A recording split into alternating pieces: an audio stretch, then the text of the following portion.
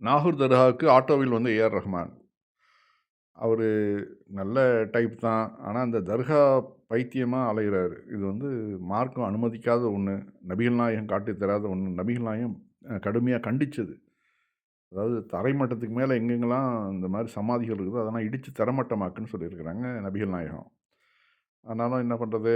இது சம்மந்தமா ஒரு பதிவு நான் ஏற்கனவே ஒரு பிராமணர் அரிசோனன்கிறவரு கேட்டவருக்கு, அவருக்கு நான் பதில் குடுத்திருந்தேன் பாருங்க.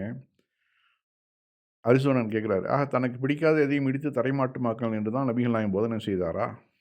அதுக்கு நான் குடுத்த பதிலு, இஸ்லாம் ஏக இறைவனைத் தவிர வேறு யாரையும் வணங்கக்கூடாது என்று சொல்கிறது. ஆனால் நாகூர் தர்காவிலும், அஜ்மீர் ஷரீஃபிலும் எனது தலையை சாய்ப்பேன் என்று ஒரு முஸ்லீம் சொன்னால், குர்ஆனை விளங்கிய ஒரு முஸ்லீம் சம்பந்தப்பட்டவரை திருத்த முயல வேண்டும். தனி மதமாக தங்களை அறிவித்துக் கொண்டு நாகூர் தர்காவைப் போல் இன்னும் 10 கட்டிக்கொண்டாலும் எங்களுக்கு ஆட்சேபனை இல்லை. குர்ஆனின் கட்டளைக்கு மாற்றமாக நடக்க ஒரு முஸ்லீமுக்கு அதிகாரம் இல்லை என்பதனாலேயே நான் சொல்ல வந்தேன். குர்ஆனின் கட்டளைக்கு மாற்றமாக இருப்பதால் தான் நபிகள் நாயகம் தனது மருமகளிடம் தரைமட்டத்துக்கு மேல் கட்டப்பட்டிருக்கும் எந்த சமாதியையும் தரைமட்டமாக்காமல் விடாது என்று சொன்னார். அதே நேரம் இயேசு, மோசே, ஆபிரகாம் போன்ற இறை தூதர்களுடைய உயர்வாக தன்னை புகழ வேண்டாம் என்றும் தடுத்துள்ளார்கள். இது வந்து பலமுறை நம்ம சொல்லியும், பலரும் கேட்கறது மாரி இல்ல. எல்லாரும் வந்து என்ன பண்றது, அந்த தர்கா மோகம், அந்த ஒரு அந்த இந்து மதத்திலேருந்து வந்ததுனாலயோ என்னவோ, அந்த ஒரு ஜெனடிக் கொஞ்சம் ஒட்டிட்டு இருக்கோம்ல, அதனால வந்து அ சில பேருக்கு இந்த தொழுதுக்கிட்டாலும் சரி, இந்த தர்காவுல வந்து கொஞ்சம் தலைய சாய்க்கிறது தான் ஒரு நிம்மதியா இருக்குது அவர்களுக்கு. அது வந்து நம்ம வந்து பிரச்சாரத்தின் மூலமா தான் அது வந்து அ சரி கட்டணும். அவர்கள வந்து அன்பாக சொல்லி திருத்தணும். அதுக்கு பிறகு அவர் கேட்கிறாரு, அப்படியென்றால் மக்காவில் இருக்கும் காபாவில் உள்ளே உள்ள பழைய அரபு தெய்வங்கள் ஏன் உடைத்து எறியப்படவில்லை? காபாவுக்கு மட்டும் ஏன் அந்த விதிவிலக்கு அளிக்கப்பட்டது என்று சான்று காட்ட இயலுமா சுவனப்பிரியன்? அப்படின்னு கேட்கிறாரு.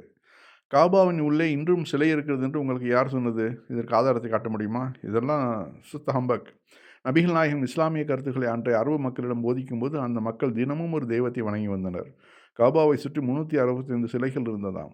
அதில் ஆபிரகாம், இஸ்மாயில், இயேசு போன்ற நபிமார்களின் சிலைகளும் அந்த மக்கள் வணங்கி வந்தனர். மக்கா இஸ்லாமிய ஆட்சிக்கு வந்தவுடன் அத்தனை சிலைகளையும் அப்புறப்படுத்த நபிகள் நாயகம் கட்டளையிட்டார். அதன்படி அந்த சிலைகள் அகற்றப்பட்டன. 4 சதுரமான காபா கட்டிடத்தில் வேறு எந்த சிலைகளும் இன்று வரை இல்லை. தமிழர்கள் பலரும் காபாவின் உள்ளே சென்று தூய்மைப்படுத்தியுள்ளார்கள். பல உலக முஸ்லிம்களும் உள்ளே சென்றுள்ளார்கள். அது சதுர வடிவில் கட்டப்பட்ட ஒரு செங்கல் கட்டிடமே.